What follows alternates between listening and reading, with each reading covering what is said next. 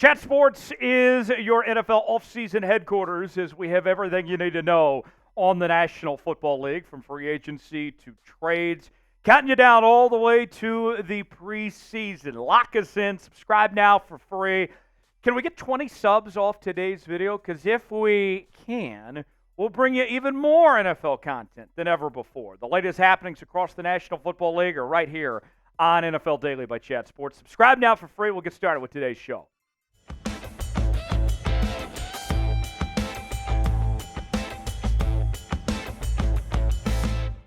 You're watching NFL Daily by Chat Sports. I am Tyler Jones here with you. Thanks for joining us. We are talking trade candidates today. I got a list of 20 players who could be traded after the post-June 1 cuts occur here in the coming days. So without further ado, let's go ahead and get started with the full list of trade candidates. We begin with Courtland Sutton of the Denver Broncos. The Broncos in complete rebuild mode in year number 2 of the Sean Payton era. And Courtland Sutton could be an opportunity for Denver to try to see what they can get while he still has some trade value of sorts at this point in his career. Marshon Lattimore's name has come up a lot with the New Orleans Saints as a potential trade candidate. The Saints corner is owed a lot of money, and the Saints in a situation where they certainly don't have a great cap situation right now. They would like to be able to save some money and potentially get a draft pick for Marshon Lattimore if they can. Deebo Samuel also on this list, the wide receiver from the San Francisco 49ers. Deebo coming off a down year this past year, and obviously in a big contract in his own right, and that leaves the Niners with a decision. Can they keep Deebo and Brandon Aiyuk? Probably not. More than likely, they'll have to get rid of one of the two receivers. We've heard John Lynch say publicly that they would like to give a nice deal to Brandon Aiyuk, which could mean that Deebo's the odd man out in the equation. So with that in mind, what kind of offers could they get for both receivers? And with the recent selection of Ricky Pearsall, the wide receiver from Florida, does that mean they already have their replacement in mind for whatever receiver they potentially move on from? Next, we find T. Higgins, the wide receiver from the Cincinnati Bengals. And T. Higgins has said publicly that he believes that he is staying in Cincinnati this upcoming year despite a trade request. We've heard that the Bengals are going all in on this year, maximizing their talent that they have before they have to give out some big checks to guys like Jamar Chase, among others. Obviously, Joe Burrow getting big money in his own rights. And with knowing that T. Higgins is gone next year, could they go ahead and move on from him now and try to get something while they can? So let's ask you, will the Bengals trade T. Higgins? Type T for trade, P for pass. What do you guys think? Does Higgins end up staying in Cincinnati or not? Today's show is sponsored by Prize Picks. Prize Picks is the place to go for daily fantasy made easy. Here's how it works. Choose 2 or more players on any given category. Get the choice of more or less. Maybe it's fantasy points, rebounds in basketball, goals in hockey, home runs in baseball, all sorts of different categories to choose from. And I'm looking ahead to the start of the NFL season. I got DK Metcalf, who's not leaving the Seattle Seahawks, by the way.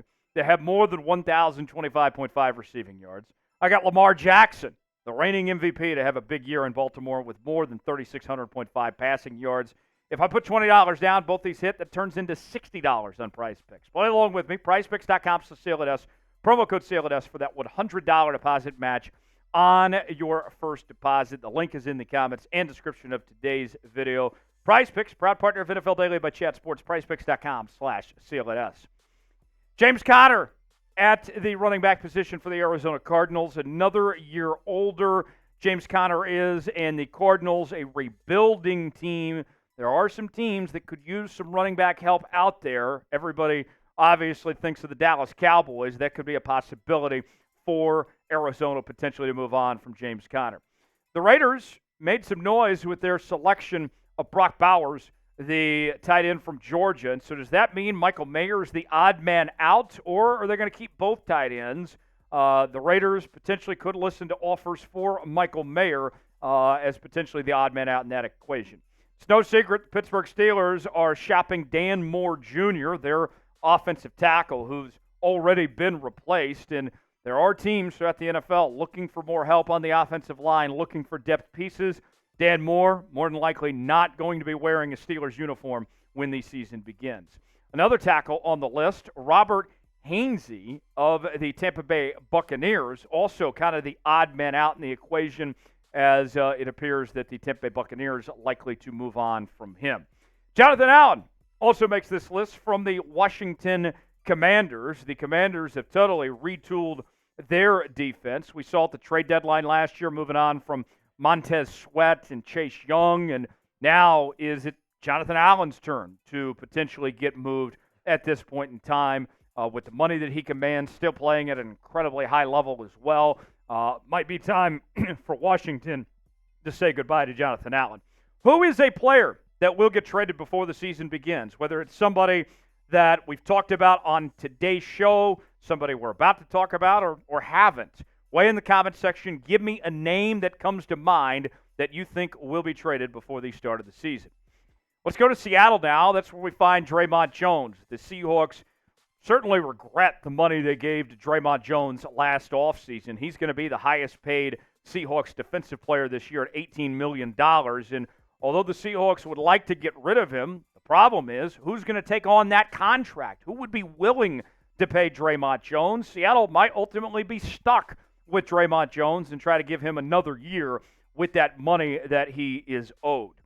Baron Browning, edge rusher from the Denver Broncos, kind of similar situation we talked about with Courtland Sutton, not necessarily fitting the Broncos' timeline. They might try to see what they could potentially get out of him. The Atlanta Falcons certainly had an eventful offseason with the money they paid Kirk Cousins to be their starting quarterback, then drafting Michael Penix Jr. That leaves Taylor Heineke, who has plenty of starting experience, as the odd man out. Unlikely that the Falcons carry three quarterbacks on the active roster. Heineke, good enough to be a number 2 quarterback somewhere. Look out for Heineke to be moved. Miles Sanders, another situation of an odd man out in Carolina, as they've gone forward with other running backs here, and that team certainly trying to find all the draft capital they can get as a rebuilding team there in Carolina. And then there's Darius Slayton in New York. The Giants haven't been too pleased with Darius Slayton's performance as one of their wide receivers there. He could be moved if you're a team that's needing wide receiver help. Slayton seems to be available. We got 5 more names to get to before we wrap up here on today's show. Who's a player you want your favorite team to trade for? Whether it's one of these guys we've talked about or somebody else, jump in that comment section and let us know right now. Who's a player that you want to see your favorite team make a move for? Let us know in the comment section below. Matthew Judon, last year only played 4 games, had 4 sacks in those 4 games. He was hurt for much of last year with a season-ending injury. The year prior, he had a career year with a career high in sacks. We'll see if Matthew Judon is 100% healthy or not this year.